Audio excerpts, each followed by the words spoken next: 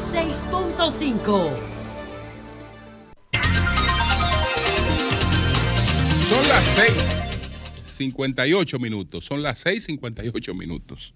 Buenos días, dominicanos, dominicanas, ciudadanos y ciudadanas del mundo. Julio Martínez Pozo. Los comentarios de los temas más importantes en el programa de mayor influencia de la radio y la televisión nacionales. En este 15 de enero del año 2021, pues buenos días a todo el equipo del Sol de la Mañana. Buenos días a toda la audiencia de Sol y a las personas que siguen nuestros contenidos a través de las redes sociales. Buenos días a todos y a todas. Entonces, señores, vamos a ver inmediatamente los temas que vamos a tratar más ampliamente en el día de hoy. Vamos a hablar de las precisiones del presidente con relación a la colaboración de la República Dominicana con Haití, anunciada recientemente, la declaratoria de inadmisibilidad de la revocación de los archivos de Odebrecht y está el otro testigo estrella que no sabe nada de nada. Pero hay unos hechos a los que tenemos que hacer referencia también. En primer lugar, quiero felicitar a Eury Cabral, que ayer coronó con éxito toda esta jornada que llevó a cabo para lograr que los restos de Gregorio Urbano Gilbert pues tengan como morada final el Panteón Nacional. Esto lo planteó desde hace tiempo. Ese era uno de los objetivos cuando presentó esta película documental sobre Gilbert, cuando consigue una ley en el Congreso también de reconocimiento a Gilbert, y ahora este decreto del presidente Abinader que dispone el traslado de los restos de Gregorio Urbano Gilbert hasta el Panteón Nacional, en reconocimiento a la heroicidad de este hombre, que en el año de 1916 pues tuvo un gesto simbólico que demostraba la oposición de sectores dominicanos a la invasión que se había producido en el año de 1916, cuando él acudió a la zona del puerto en San Pedro de Macorís y disparó contra un oficial del ejército estadounidense que estaba pues en actividades de ocio, que estaba desprevenido. Pero esto era una indicación de que no había una bienvenida, que habría hostilidad para esas tropas, como realmente la tuvieron con los gavilleros en toda la zona este, los llamados gavilleros, a los que después se unió Gregorio Urbano Gilbert. Él fue apresado después de este acontecimiento en el que va al puerto de San Pedro de Macorís y dispara contra un oficial que está en entretenimiento, en juegos de entretenimiento, y entonces fue apresado, torturado, pero aún así le perdonaron la vida y pudo continuar después con sus acciones que fueron coherentes de enfrentamiento pues al imperialismo, lo que se consideraba como el imperialismo, ¿no? Y ahí estuvo con Sandino en Nicaragua y aquí participando posteriormente en la gesta de abril. Así es que este ha sido un logro de un trabajo persistente, marcado por esa fe que caracteriza a Eury Cabral, que ha culminado con éxito. Ojalá muchos otros héroes dominicanos encontrar un Eury Cabral que se encargue de que reciban el reconocimiento que merecen. Entonces, señores, miren, también yo quiero saludar la designación de Fausto Rosario Adames en el Consejo Directivo del Indotel, del distinguido, del brillante periodista Fausto Rosario Adames, actual director del diario digital Acento, director y propietario del digital Acento, pues ha sido designado en el Indotel. Entonces, la capacidad, la entereza, la honestidad en Fausto son de conocimiento pues de todo el que le ha tratado, y yo creo que hacer una cosa como esta no es otra cosa que dar la cara. No es otra cosa que dar la cara, no es otra cosa que jugar un rol. Jugar un rol. Yo no creo en eso de que usted se pase la vida tratando de no asumir posiciones claras, y si la tiene, no tiene por qué mantenerla oculta. No tiene por qué mantenerla oculta. Entonces, él ahí da su paso al frente, es parte de este gobierno, del presidente Luis Abinader, y ahí no hay absolutamente nada que deba ser objetado. Por el contrario, sabemos que en el Consejo Directivo del Indotel, Fausto va a actuar como ha actuado en el gremialismo periodístico, como ha actuado en el periodismo, pues siempre tratando de darle profundidad a todo lo que hace. De manera que nuestro saludo a Fausto y a esa designación. Entonces, señores, después de estos dos comentarios, bueno, vamos con lo que ha planteado el presidente Abinader. El presidente Abinader ha aclarado con relación al tema de los hospitales que se construirían en Haití, que eso no será con recursos del presupuesto dominicano, que la República Dominicana en ese y otro aspecto no será otra cosa que un canalizador de recursos hacia Haití. Y entonces ya tendrán que buscarse los mecanismos para aplicar ese tipo de cosas, que son demostraciones sobre todo de buena voluntad.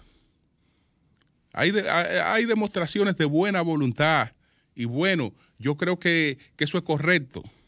Yo creo que esa es la postura que tiene que mostrar el Estado y el gobierno dominicano. Sí, nosotros estamos siempre en disposición de contribuir al progreso, al desarrollo de nuestros vecinos, y aquí estamos para lo que podamos hacer juntos para procurar eso. Eso es correcto. Eso es correcto. Ahora bien, ya sabemos que los planes de ayuda a Haití han fracasado. Cuando Bill Clinton consigue más de 500 millones de dólares para hacer inversión en Haití, eso no se puede ejecutar porque ellos no confían en los políticos haitianos para ponerle recursos, porque todo lo que ha caído en manos de esos políticos no ha llegado a sus objetivos finales. No ha llegado a sus objetivos finales. Entonces, es una cosa difícil porque ni podemos ser ejecutores directamente,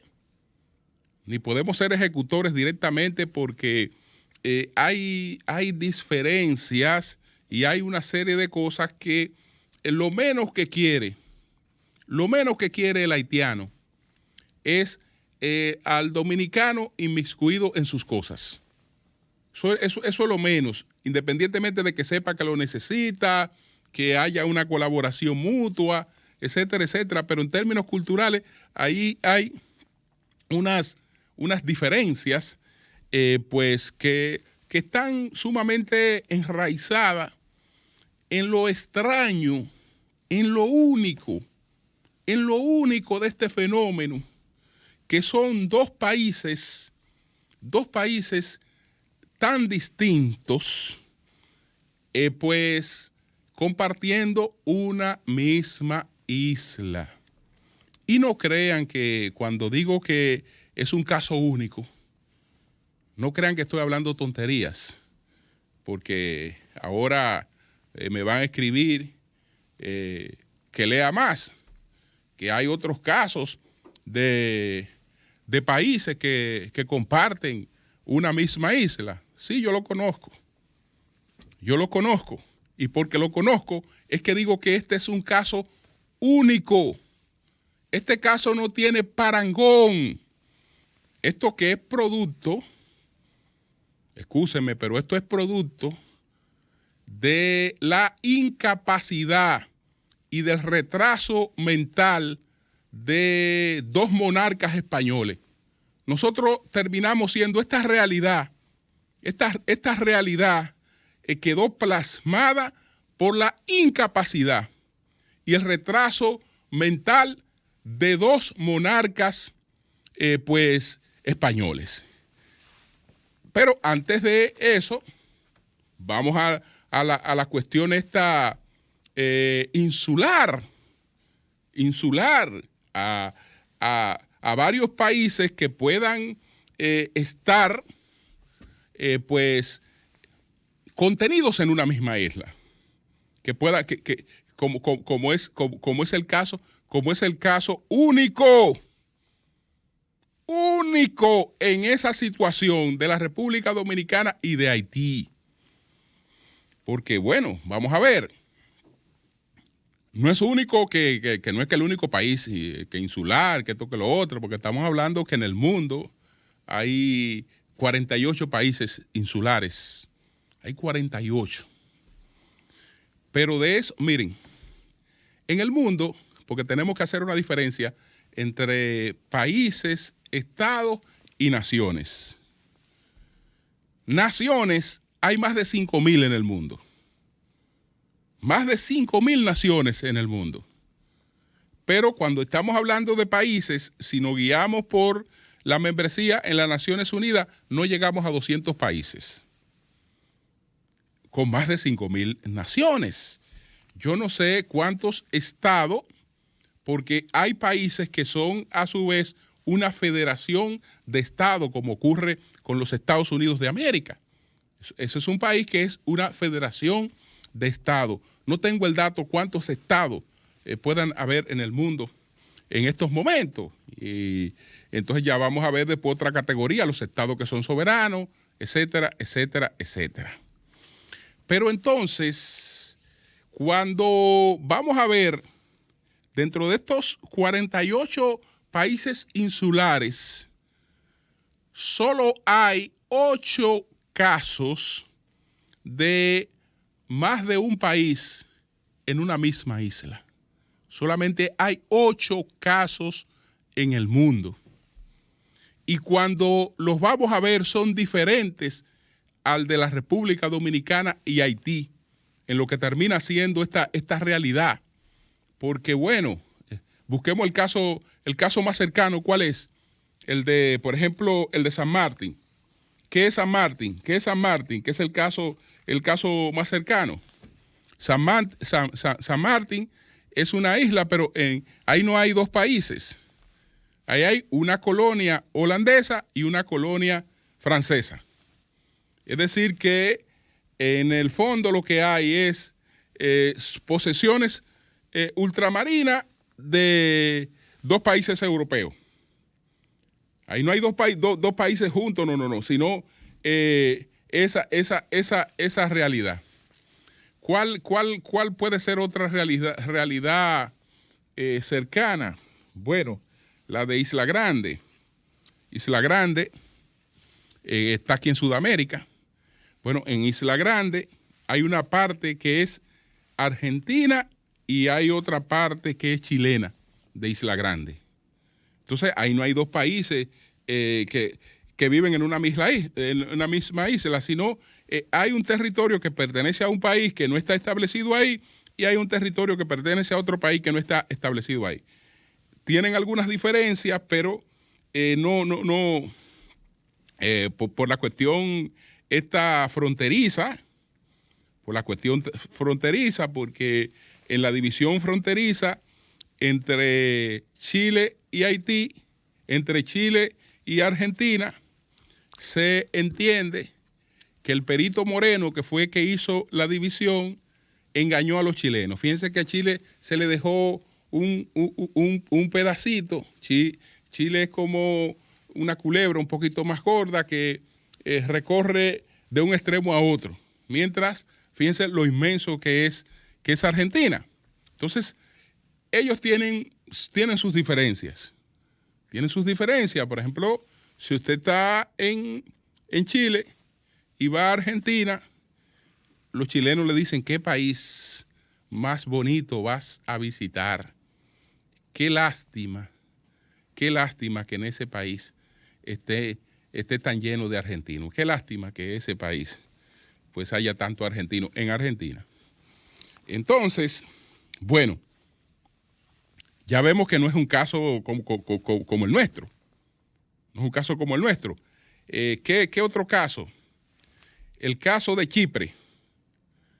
Chipre, hay un pedazo que es de Turquía y hay otro pedazo que es de Grecia, de la isla de Chipre.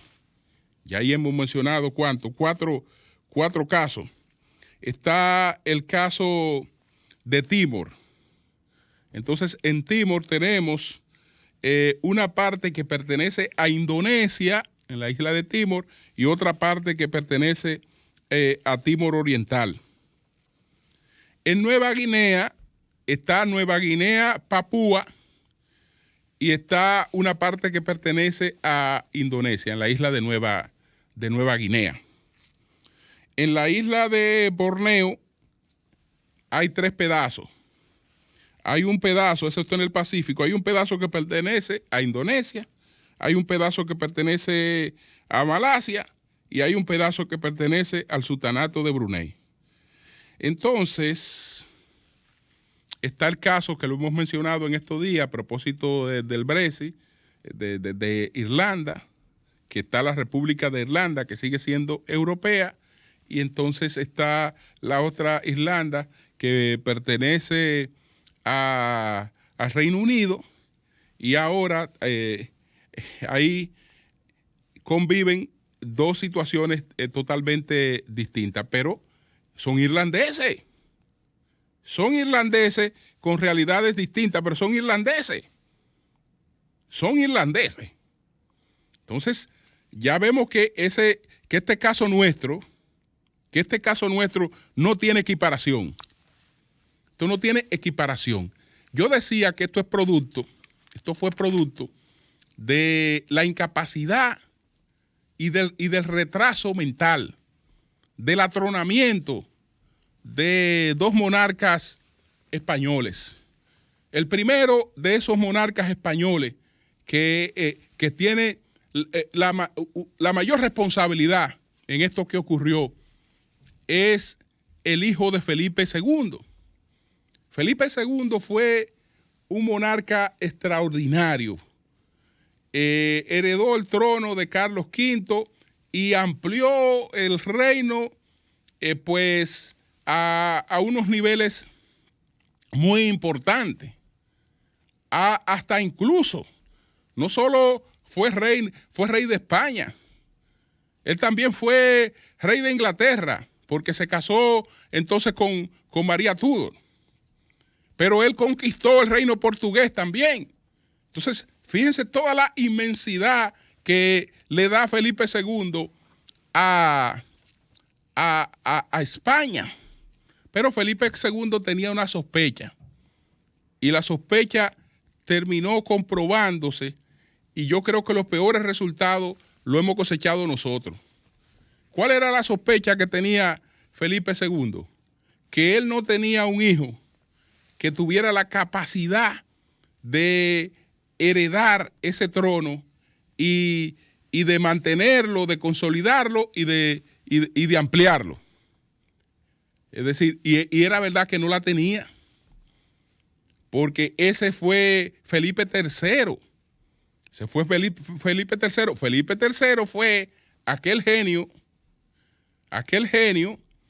que, para evitar el contrabando en la isla española,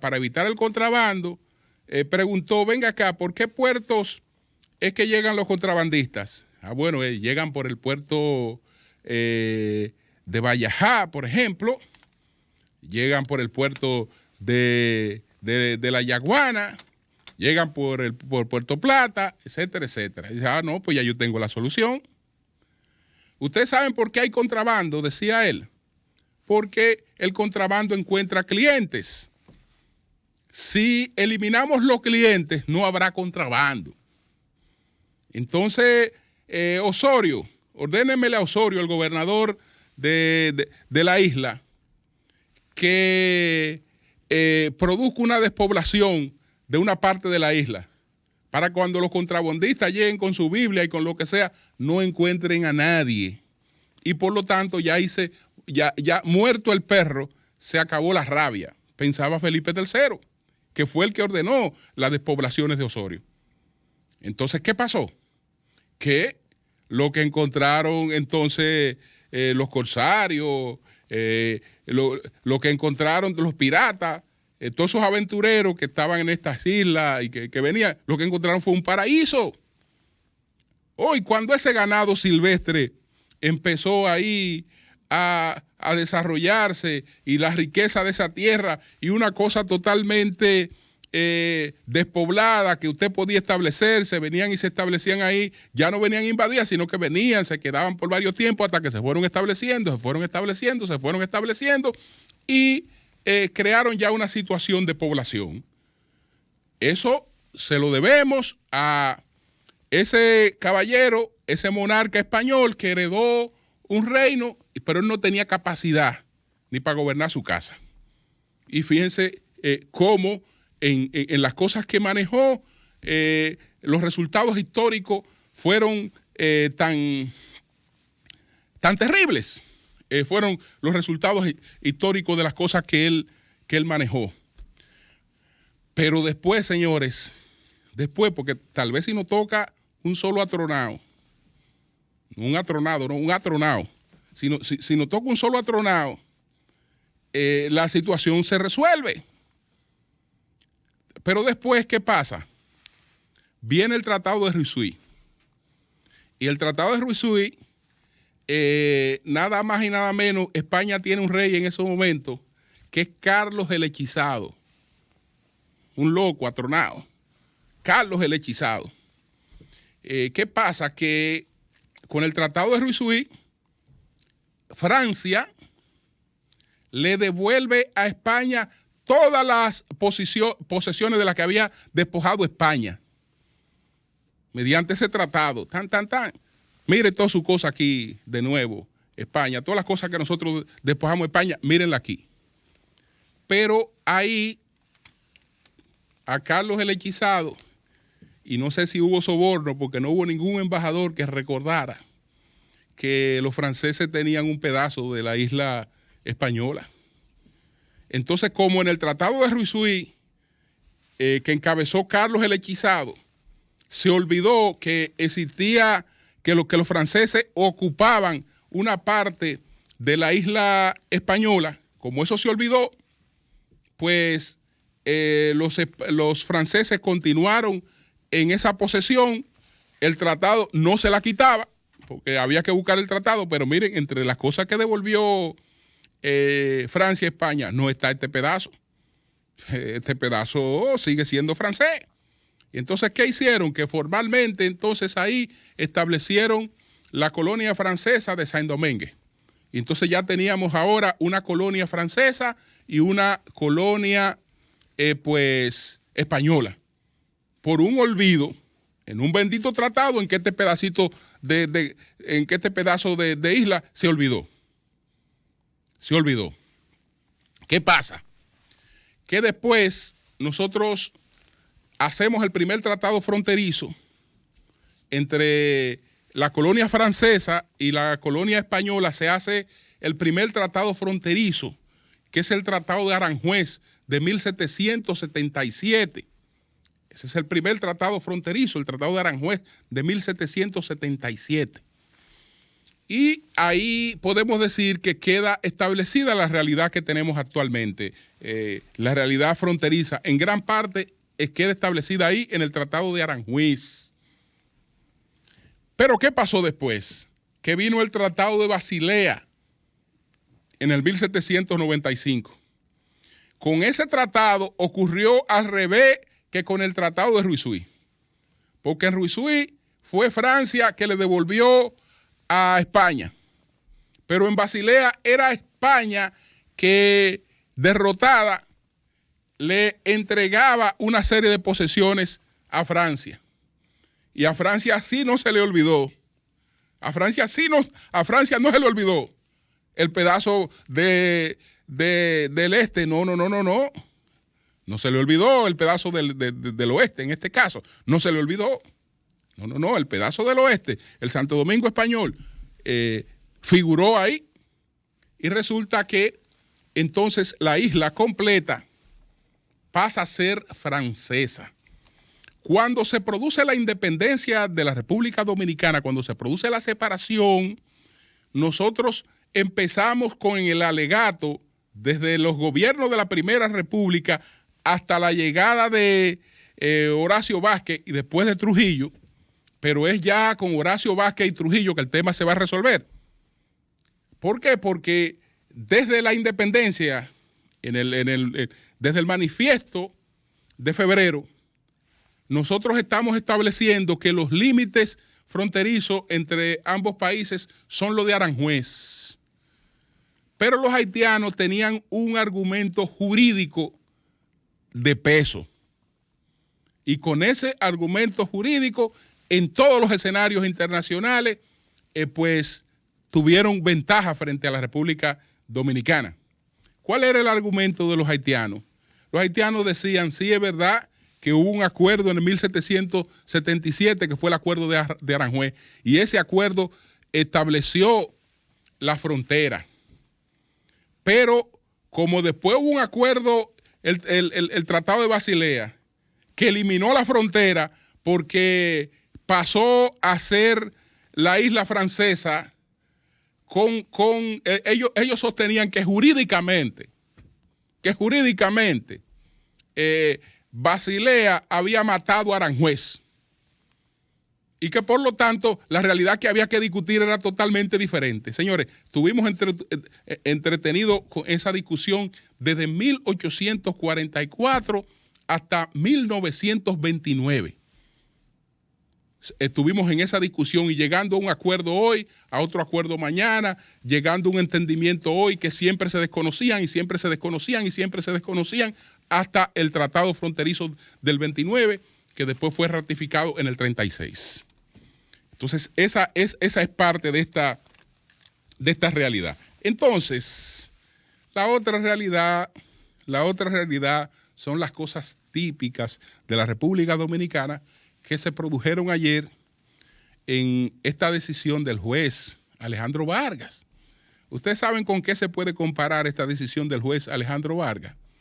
Con la decisión de Balaguer de trasladar los restos de Santana al Panteón Nacional. Una cosa es la decisión firme, decidida, el decreto que hace la declaratoria de ese traslado y el acto que formaliza ese traslado.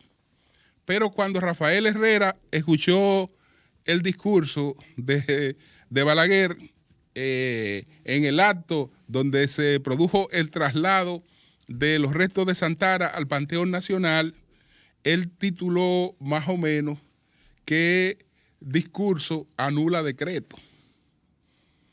En verdad, el discurso no anulaba el decreto porque el decreto nada más lo puede anular otro decreto. La sentencia que dio Vargas ayer es la sentencia. Lo otro fue un comentario al margen de 28 minutos que no es la sentencia. Que no es la sentencia, desde luego. Algunos juristas como Nace Perdomo entienden que eso puede ser, pues motivar la nulidad, alegatos de nulidad de esa sentencia. Dice Nace Perdomo que una decisión en la que se declara la inadmisibilidad del recurso y además el juez se pronuncia sobre el fondo es nula por incongruencia en su motivación. Bueno, ¿qué es lo que pasa? Que en verdad, el distinguido magistrado Alejandro Vargas toma una decisión y la decisión está motivada en la sentencia. Vamos a buscar la sentencia porque algunos periódicos publican un titular hoy, pero lo publican sobre el comentario, no sobre la sentencia. No sobre la sentencia, cuando los periódicos que publican hoy, que supuestamente son inexistentes, los archivos de Odebrecht, están publicando algo que no es la sentencia, sino un comentario al margen, que es incluso absurdo, pero es un comentario al margen. Esa no es la sentencia. Esa no es la sentencia. Dije absurdo, no, con relación a mi querido amigo el magistrado Vargas, yo no puedo decir que es absurdo, sino que no es correcto. O por lo menos que yo no comparto ese punto de vista que él tiene. Pero eso es un comentario al margen. Eso no tiene que ver nada con la sentencia. Eso no tiene nada que ver con la sentencia. Entonces, vamos a buscar la sentencia y en ella después irnos a los párrafos claves de esa sentencia. Vamos a buscar la sentencia y nos vamos a los párrafos clave de esa decisión del distinguido magistrado Alejandro Vargas. Entonces, lo clave, bueno, vamos a ver aquí a partir del párrafo 18 de la decisión, porque aquí ya él establece qué es lo que es la calidad para recurrir. De conformidad con las prescripciones del artículo 283 del Código Procesal Penal Dominicano, modificado por la Ley 1015, la víctima que haya presentado la denuncia y solicitado ser informada o que haya presentado querella dentro de un plazo de 5 días hábiles a partir de la notificación que se le hiciere, puede objetar por ante el juez de la instrucción la decisión de archivo dispuesta por el Ministerio Público en virtud de cualquiera de las causales consignadas en el artículo 281. ¿Qué es lo que está diciendo ahí? Claramente, que la solicitud de archivo ya está fuera de tiempo. Ya está fuera de tiempo. ¿Por qué? Porque él dice que de conformidad con las prescripciones del artículo 283 del Código Procesal Penal Dominicano, modificado por la Ley 1015, la víctima que haya presentado la denuncia y solicitado ser informada o que haya presentado querella dentro de un plazo de 5 días hábiles a partir de la notificación que se le hiciere, puede objetar por ante el juez de instrucción la decisión de archivo dispuesta por el Ministerio Público. Es decir, mire, hay 5 días después de la notificación del juez este archivo, de un archivo, para que la persona que ha sido víctima de eso, la que está reclamando un derecho y se siente víctima de eso, lo recurra. Entonces, en consecuencia, ¿qué está diciendo de un recurso que se presenta varios años después? Que evidentemente está fuera de tiempo. Eso es lo que está diciendo. Es decir, la sentencia es demoledora. Los comentarios ya veremos, pero la sentencia es clara. Entonces, vámonos al alegato que hay en el párrafo 19, que se ha establecido que la Suprema Corte de Justicia, 22 de junio 1992, 979 páginas, que la calidad es el poder en virtud del cual una persona ejerce una acción en justicia o el título con que una parte figura en el procedimiento, que la falta de esa calidad es un fin de inadmisión. ¿Qué está diciendo el magistrado Alejandro Vargas? Miren, la calidad, por jurisprudencia, la calidad es el poder en virtud del cual una persona ejerce una acción en justicia. Usted está ejerciendo una acción en justicia porque usted es un querellante. Usted está ejerciendo una acción en justicia porque usted es un denunciante. Pero si usted no es querellante ni es denunciante, entonces no tiene calidad en el proceso del que se trata. Fíjense que ahí también está tumbado eso y está clara la inadmisibilidad. Hay una tercera parte que es grave, que es muy grave, y ojalá el Ministerio Público la aclarara. Ojalá el Ministerio Público la aclarara porque es sumamente grave lo que ocurrió ahí en esa parte. Que en el caso ocurrente, es el párrafo 20, ha podido constatar que el tribunal, que la Fundación Alianza Ciudadana Incorporada, que promueve la objeción a los dictámenes de archivo definitivo debatidos en la presente audiencia, carece de incorporación necesaria carece de la incorporación necesaria que prescribe la ley 122.05 del 8 de abril. Entonces, que la Fundación Alianza Ciudadana, señores, le quiero explicar brevemente por qué esto es grave. Señores, Ministerio Público, por favor, esto hay que explicarlo.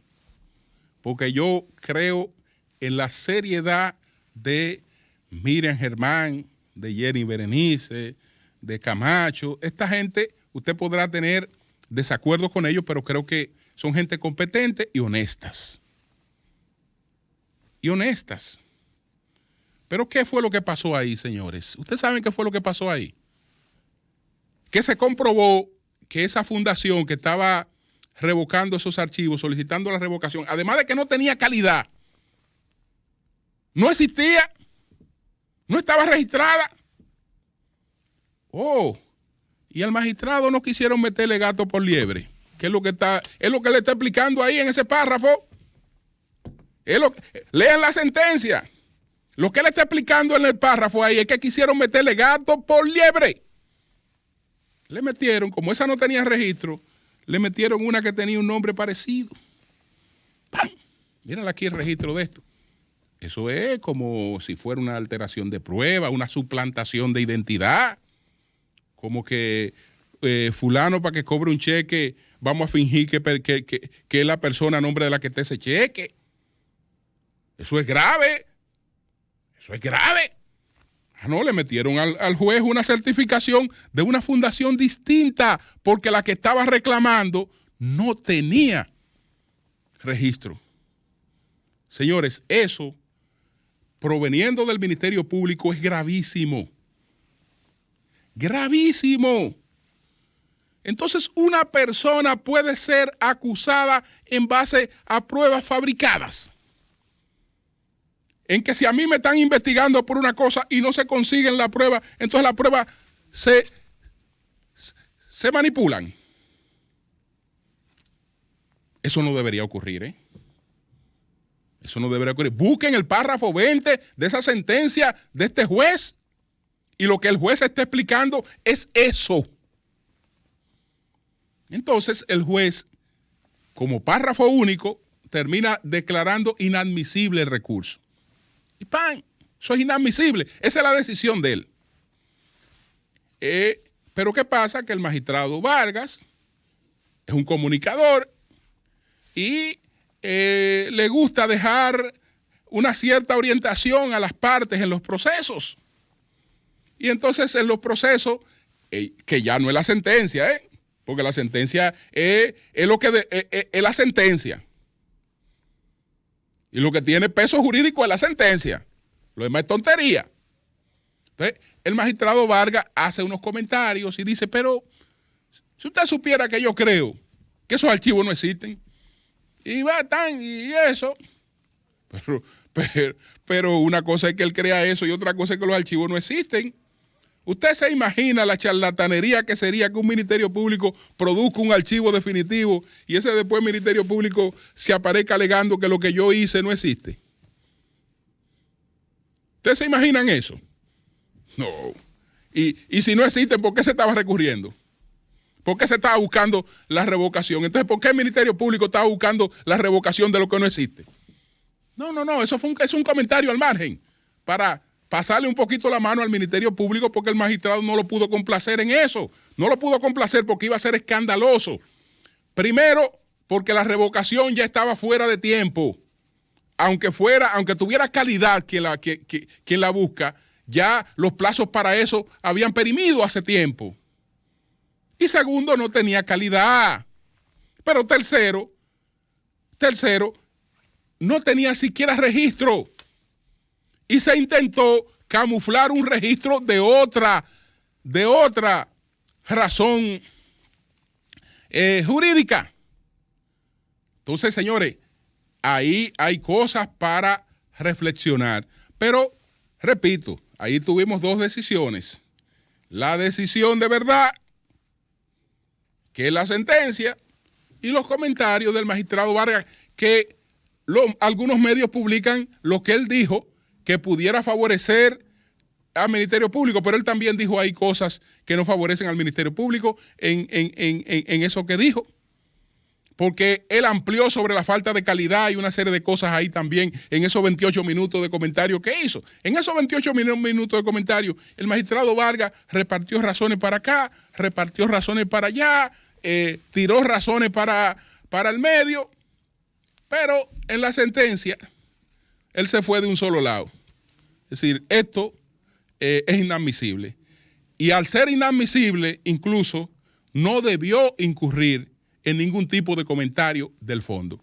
Cambio y fuera.